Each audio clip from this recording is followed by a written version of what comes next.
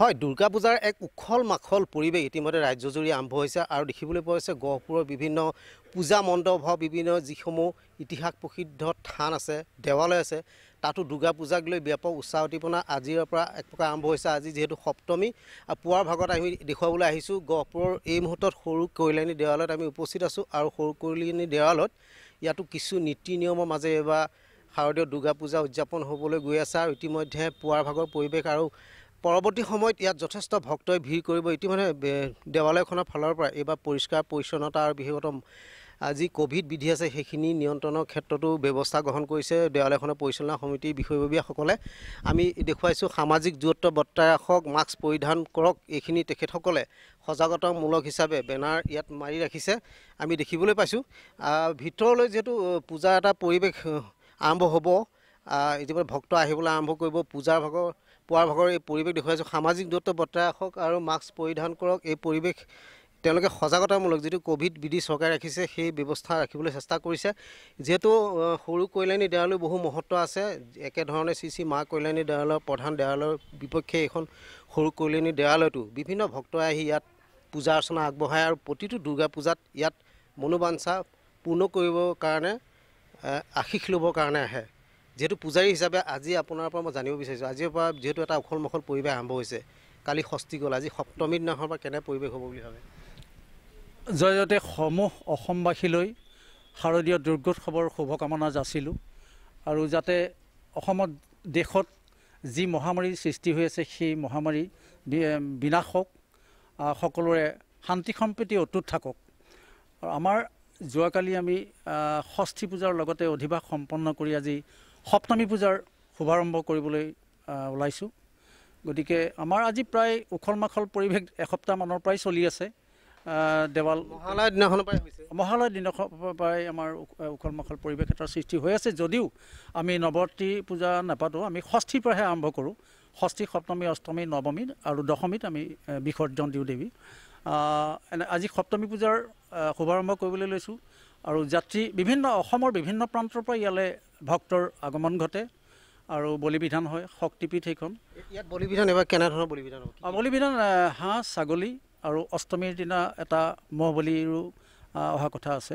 ইয়াত হ'ব হয়। গতিকে যোৱা বছৰ অহা কথা আছিল, যোৱা বছৰ আমি বন্ধ কৰিলোঁ যিহেতু ক'ভিড চলি আছিলে। এইবাৰ যি চৰকাৰে তথা স্বাস্থ্য বিভাগে যি নিৰ্দেশনা দিছে সেই ক'ভিড নিৰ্দেশনা মানিয়েই আমি এইবাৰ পূজা সমাপন কৰিবলৈ আগবাঢ়িছোঁ। সজাগতামূলক হিচাপে বেনাৰ মাৰিছে পৰিচালনা সমিতি, দেৱালয় পৰিচালনা সমিতিৰ বিষয়ববীয়া। মই জানিব বিচাৰিছোঁ এইবাৰ কেনেধৰণৰ আশা কৰিছে?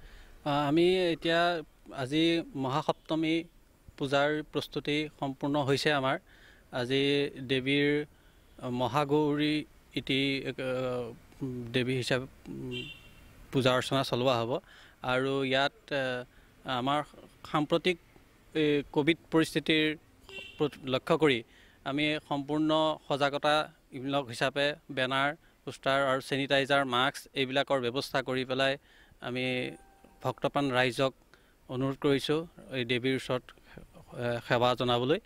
আৰু ভক্তপ্ৰাণ ৰাইজক আমি অনুৰোধ জনাওঁ যে তেখেতসকলে সম্পূৰ্ণ ক'ভিড নীতি নিয়ম মানি দেৱীৰ চৰণত সেৱা লয়।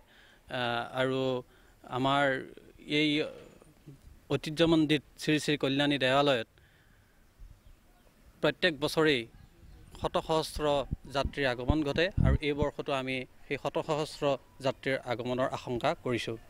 নিশ্চয় মই জানিব বিচাৰিছোঁ, যিহেতু ক'ভিড বিধি কিছু ৰখা হৈছে, যিহেতু ইয়াৰ আগত কৰোণাৰ কাৰণে নহ'লেই দুৰ্গা পূজা, এইবাৰ যিহেতু যথেষ্ট ভক্তৰ সমাগম হ'বই আহি থকা দিনকেইটাত, কি আশা কৰে, কিমান দূৰৰ পৰা আহিব পাৰে ভক্তসকল? আমাৰ ইয়াত দৈনিক যাত্ৰী শিৱসাগৰ, যোৰহাট, তেজপুৰ, নগাঁও, এইপিনে পূবফালে লখিমপুৰ, ধেমাজি, অৰুণাচল এইফালৰ পৰাও যাত্ৰী আহে। গতিকে এইবাৰো আমি সেই দিশৰ পৰাও আমাৰ যাত্ৰী অহাৰ আশংকা কৰিছোঁ। আৰু এই পীঠস্থানৰ মানে এটা ইতিহাস প্ৰসিদ্ধ পীঠস্থান হয়। এই ইতিহাস প্ৰসিদ্ধ পীঠস্থানত আমাৰ ভক্তসকললৈ স্বাগতম জনাইছোঁ আৰু ভক্তসকলে আহি আমাৰ দেৱীৰ চৰণত সেৱা লৈ বিশ্বশান্তিৰ কামনাৰ্থে প্ৰাৰ্থনা কৰে যেন। নিশ্চয় ধন্যবাদ। আমি ভিতৰলৈ দেখুৱাইছোঁ দেৱালয়খন, যিহেতু গহপুৰৰ বৰঙাবাৰী চাৰিঙাত থকা শ্ৰী শ্ৰী মা কল্যাণী দেৱালয় সৰু যিখন দেৱালয়, এই দেৱালয়কো যথেষ্ট মহিমা আছে আৰু ইয়ালৈ ভক্তসকলে আহে মনোবাঞ্ছা পূৰ্ণৰ কাৰণে ইয়াত শৰাই নৈবেদ্য আগবঢ়ায়। আৰু যিহেতু কৰোণাৰ কাৰণে এক স্থবিৰ অৱস্থা আহিছিলে, যিহেতু দুৰ্গা পূজা উদযাপন উলহ মালহ হোৱা নাছিলে, এতিয়া দেখিবলৈ পোৱা গৈছে যে দুৰ্গা পূজা উদযাপন হ'বলৈ গৈছে। যিহেতু আজি সপ্তমী দিনাৰ পৰা ইয়াতে উখল মাখল পৰিৱেশ, যিহেতু পুৱাৰ ভাগৰ পৰিৱেশ। ইতিমধ্যে দেৱালয়খনে ক'ভিড বিধিও কিছু যি নীতি নিয়ম ৰাখিবলৈ চেষ্টা কৰিছে চৰকাৰৰ SOP অনুসৰি। ইতিমধ্যে আজিৰ পৰা ক'বলৈ গ'লে উলহ মালহেৰে সমগ্ৰ ৰাজ্যজুৰি দুৰ্গা পূজাৰ যি উৎসৱ আৰম্ভ হ'বলৈ আগবাঢ়িছে। আৰু গহপুৰৰ শ্ৰী শ্ৰী মা কল্যাণী দেৱালয় আৰু শ্ৰী সৰু কল্যাণী দেৱালয়তো একেদৰে দুৰ্গা পূজাৰ পৰম্পৰা অনুসৰি উদযাপন কৰা হ'ব।